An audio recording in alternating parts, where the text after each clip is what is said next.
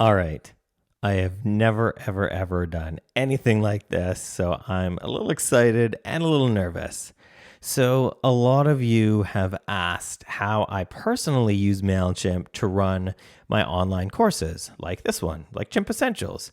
So, this video is my no holding back, complete walkthrough of all of the things that I do to make my courses, which have made a couple $1,000,000. So, you'll notice though that my setup is actually ridiculously simple. All of my courses have 4 automations only, and that's it. And I connect to simple services that only cost a couple $100 a month. So if I sell 2 courses a month, I kind of break even. So the only thing that I will note is that I've recreated these automation sequences and mailing list in a sample mailing list account only because I can't walk you through that on my live account because I would be showing you my customer data and I want to protect the privacy of students like you. So this is on a sample list, but this is exactly how I do every single thing in my online courses. So in Mailchimp, we have an audience. So we'll click over to audience, view contacts. This is basically the audience that I have set up. Now, if we go to settings and merge tags, we'll see this all looks pretty straightforward. So the main thing that I'll talk through first is this, the sign up page, which is an invisible merge tag. This one, this one, this one, this one, and this one are all Typeform data that I push back into Mailchimp from a Typeform survey that I send during the sales funnel. If you want to learn how to do that, there's a lesson on Typeform pushback data. So first, let's look at this sign up page field here. So how is this populated and what does this mean?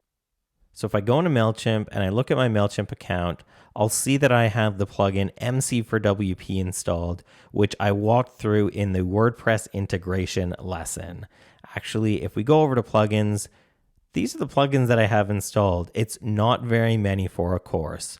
The main ones here are Mailchimp for WordPress and the premium version, as well as Restrict Content Pro. That's what runs all of my courses, and the Mailchimp Pro plugin for Restrict Content Pro, and that syncs my sales data when somebody buys something on my WordPress site through Restrict Content Pro. It pushes that data, that e-commerce data, from Restrict Content Pro to WordPress.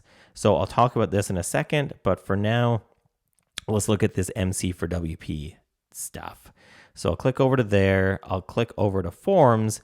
So if we're looking at the form, it has an email address to sign up to be notified. And if I click over to settings, you'll see that the subscriber tag is notify. So let's go into the Mailchimp account and see what all that means. So if somebody signs up on Chimp Essentials, they use this form, they get tagged as notify. So in campaigns, in automations, we'll go to close course sequence and then edit, because this is the sequence that people get when the course is closed. So they receive this email immediately after a tag has been added called notify. And if we look at the form, that's the same tag as here. So this sequence starts once they are tagged as notify. And then it goes through all the emails. I didn't add them all here, but you've all seen these because you probably signed up while the course was closed and received all these emails. And so that's how people join the list typically.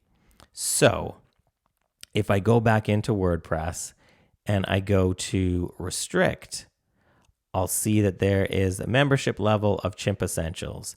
So when people are able to buy the course, they buy this course through Restrict Content Pro, and it pushes the credit card information to Stripe or PayPal, which goes to me, and then it pushes this data from my WordPress install from Restrict Content Pro into Mailchimp. So how does that work? Well, I have that plugin, Restrict Content Pro, Mailchimp Pro. So if it's installed, we look here, and we see this is the API key I used. They're being put on the list Chimperoo. They're being put in the group Chimp Essentials for purchaser. They're not asked to double subscribe. They're not asked to double opt in, and they're auto subscribed. So when somebody buys something, so let's look at that. So in customers, So Warner Fake purchased something. He purchased it for $299. Because I have the Restrict Content Pro plugin and the Mailchimp Pro plugin for Restrict Content Pro, if we go into Mailchimp and I go to audience and I look at that contact, it was Warner. If I click on Warner, I'll see here, hey, total revenue is the revenue that they paid in here in WordPress. So it automatically pushes that data from WordPress once a payment happens into Mailchimp. So that's pretty cool. It shows here item purchased is Chimp Essentials. And we all know what that means. That means that we can automate things based on a purchase. So let's look at that. In campaigns, and I'm going to go to the edit on post purchase. So we'll see that this triggers immediately after subscribers purchase Chimp Essentials. So if we pause and edit this, let's walk you through that. So this is a purchase of a specific product. The way that I did that was I just looked for it in here. Because I have sent the payment from Restrict Content Pro to Mailchimp, it knows that this purchase is here. So that's how it is triggered.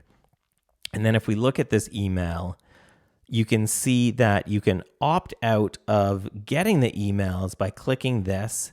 And I have a merge tag here, which is automation workflow remove URL.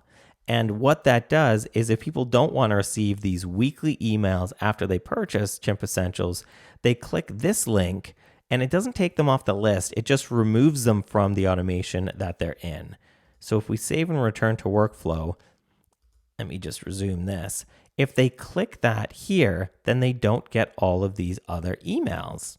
But the other cool thing about connecting Restrict Content Pro or any store to Mailchimp is if we go to campaigns and we go to automations, in the close course sequence, this is really the sales funnel, right? So we're going to edit this.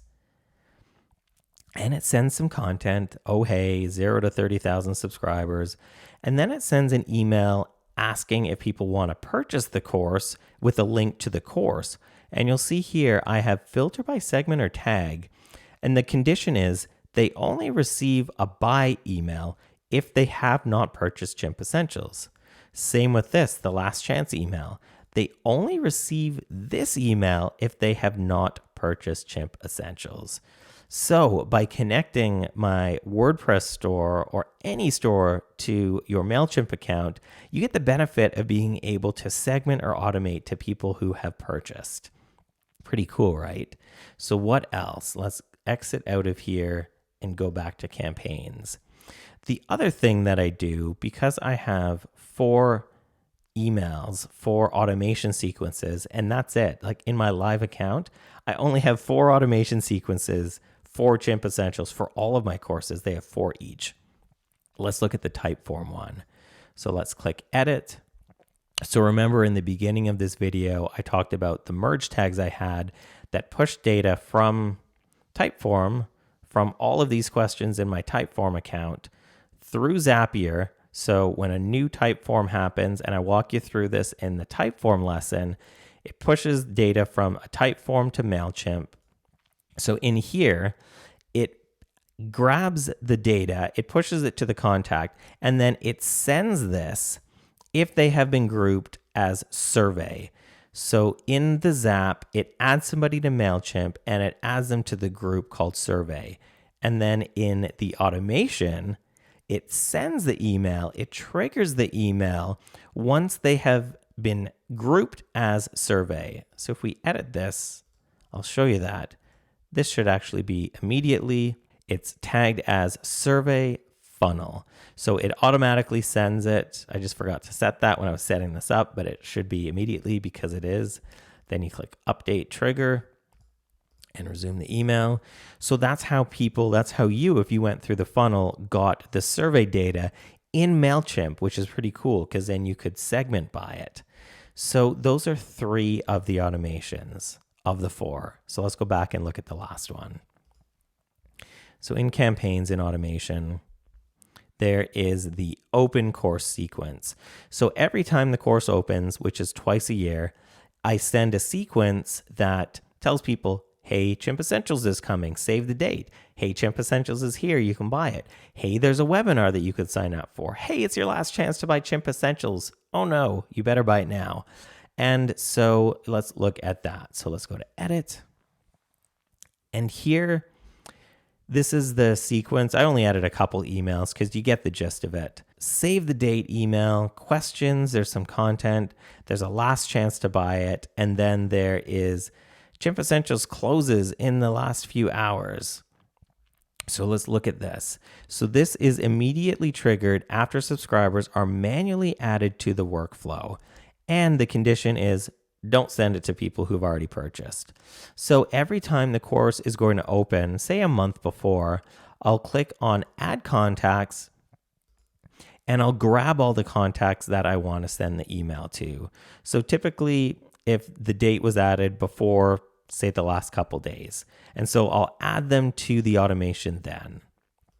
And then, again, if I make a mistake, it won't send it to people who already bought it, because you don't want to know that you can buy the course if you already have the course. And then the conditions for all of these emails, because they could buy in any one of these emails, is don't send the email if they purchase. So if they purchase in this email, or if they purchase in this email, or if they purchase in this email, the condition is always don't send it if they've got it, because it's a sales email. So those are the 4 automations that I use to run all of my courses. It seems fairly straightforward, but I think a lot of times people get caught up in the fact that they assume that it takes a lot of complexity to do something that makes a decent amount of revenue, when I think the opposite is true. I think the better something gets, the simpler it should get. And we'll also note that all of the content in all of the emails that you've ever received from me for Chimp Essentials or for any of my other courses I've spent years fine-tuning that content. I've looked at the reports. I've looked at what works and what doesn't, and I fine-tuned. So this wasn't just I made all these things and automatically it made a ton of money. No, I made all these things, I paid attention to the data, and then I adjusted. So those are all the things that I do to run my course with Mailchimp. Hope you enjoyed watching this. Hope you enjoyed this behind the scenes walkthrough. Thanks for watching. Cheers.